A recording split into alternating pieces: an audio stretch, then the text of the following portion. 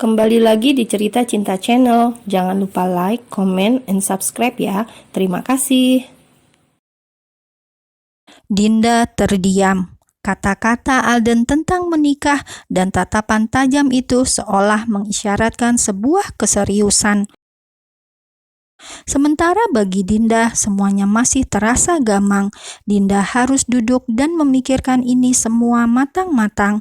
Dia tidak ingin salah mengambil keputusan. Yang hingga kini dia yakini adalah dia tidak butuh pertanggungjawaban Alden. Lagi pula dia tidak akan hamil karena Gaida dan Liora sudah mencekokinya dengan obat penggugur kandungan. Dinda mundur perlahan, meraih pinggiran sofa di ruang tengah, lalu mendudukkan tubuhnya di sofa itu. Sementara Alden pun maju, bukan ikut duduk, tapi dia berjongkok persis di hadapan Dinda, meraih kedua tangan Dinda untuk digenggamnya erat. Meskipun kamu tidak hamil karena malam itu, tapi aku ingin mempertanggungjawabkannya, Din. Dinda menggeleng pelan. Kenapa? Lagi pula untukmu, aku memanglah wanita bayaran. Tentang malam itu, Gaida memang membayarku lebih. Tidak perlu membahas nenek tua itu, lihat saja pada kita. Malam itu jadi penghubung di antara kita, Din. Aku tidak akan pernah bisa melupakannya seumur hidupku. Timpal Alden lagi. Sebelum Dinda sempat menjawab ucapannya yang pertama tentang rasa bersalah yang akan terus menghantui dan rasa candu yang akan selalu dia ingat. Ayo kita menikah, kita bisa belajar untuk saling mencintai. Kita sama-sama buka lembaran baru. Alden terus meyakinkan Dinda. Dia juga terus menggenggam kedua tangan wanita ini erat.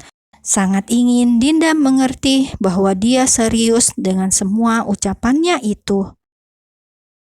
Sejak hari pertama setelah malam itu, Alden sudah mengajukan pernikahan.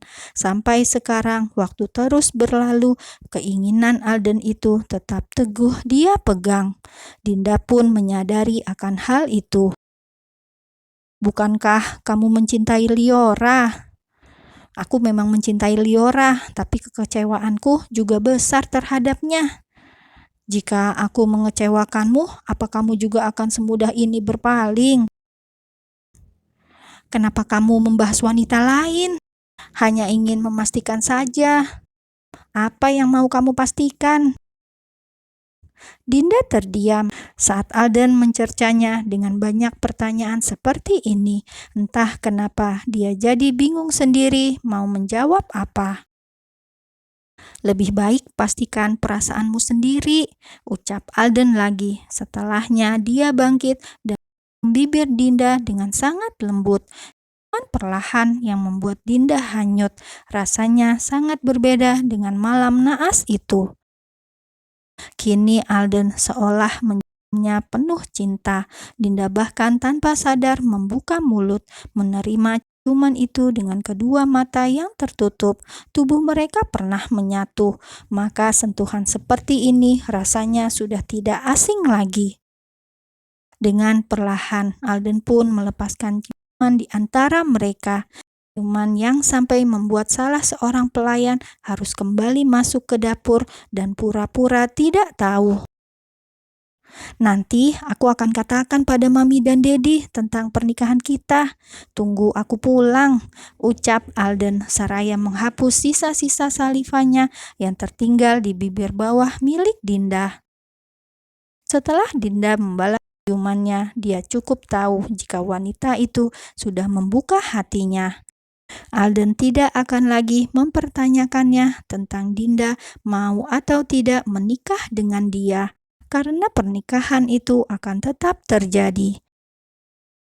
Sementara Dinda yang kedua pipinya jadi merona, tak mampu menjawab, bahkan tidak berani juga untuk menganggukkan kepalanya. Entahlah, malam ini Dinda benar-benar merasa bodoh. Merasa Alden telah menghipnotisnya. Aku pergi dulu, pamit Alden. Dia kembali mengucup sekilas bibir Dinda yang basah. Hampir jam 8:30, Alden pergi ke rumah utama keluarganya. Saat itu, dia mengemudikan mobilnya dengan kecepatan yang cukup tinggi, ingin segera sampai dan menyelesaikan semua masalah ini. Dan setelah menempuh perjalanan beberapa menit, akhirnya Alden tiba di rumah itu. Dia langsung masuk dan menuju ruang kerja sang ayah, di mana ayah dan ibunya sudah menunggu. Di hadapan Jia, Alden tidak ditampar, tidak pula dimaki-maki dengan kata kasar, tapi tatapan kecewa yang Jia tunjukkan lebih melukai hati Alden hingga di titik yang paling dalam.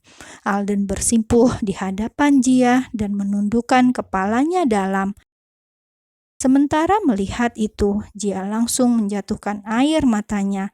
Lagi dan lagi dia menangis deras. "Maafkan aku, Mam. Aku akan mempertanggungjawabkan semuanya. Mohon, Alden." "Tentu saja, kamu memang harus melakukan itu. Jangan buat Mami lebih kecewa lagi.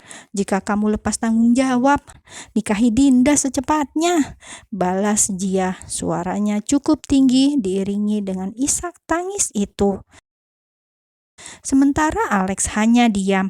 Dia bahkan tidak berani meski hanya sekedar menyentuh sang istri. Jia tidak pernah marah, maka sekali marah seperti ini dia akan sangat mengerikan sekaligus terlihat memprihatinkan. Alex sebenarnya tak sanggup melihat tangis istrinya itu. Tapi tentang ini semua memang tak bisa dia tutup sendiri. Jia memang harus tahu. Malam itu cukup lama Alden bersimpuh di hadapan kedua orang tuanya. Alex terus diam dan Jia yang terus bicara tentang Alden dan semua tanggung jawab yang harus dia pikul. Jia bahkan sampai membawa-bawa kematian. Andai dia dan Alex mati lebih cepat, maka Alden dan semua keluarganya harus saling menjaga, terlebih menjaga Alea yang menjadi anak perempuan satu-satunya di keluarga ini. Jia meminta Alden untuk kembali ke rumah, kembali mengambil peran perusahaan mereka, menjadikan semua yang telah terjadi ini sebagai pelajaran berharga. Mendengar semua ucapan sang istri, Alex sangat bangga. Dia ingin sekali memeluk Jia, namun baru mendekat, Jia sudah menatap tajam. "Sekarang pulanglah, tidak ada lagi yang ingin Mami katakan padamu." "Baik, Mam, maafkan aku." "Iya," balas Jia singkat, meski tak mungkin untuk tidak memaafkan. Namun tetap saja malam ini Jia belum bisa bersikap manis seperti selama ini. Mungkin semuanya akan lebih baik ketika Alden dan Dinda sudah menikah lalu memberi mereka cucu. Hampir jam 12 malam Alden baru tiba di rumah Dinda. Dia membawa kunci rumah ini juga, jadi bisa masuk kapanpun. Lampu di ruang tamu sudah mati, hanya tinggal lampu di ruang tengah yang masih menyala. Tapi Alden tidak langsung duduk di sana. Dia malah membuka pintu kamar Dinda dan melihat wanita itu sudah tertidur dengan posisi miring. Alden menghampiri, duduk di tepi ranjang itu, menatap lekat wajah cantik Dinda saat terlelap seperti ini. Hidungnya mancung, bahkan ada freckle yang muncul di sana, bintik-bintik coklat kecil yang terbentuk abstrak. "Dinda," panggil Alden. Dia coba bangunkan wanita ini, dan panggilan pertama Alden itu mampu membuat Dinda menggeliat, perlahan mengerjapkan matanya dan melihat Alden di sana.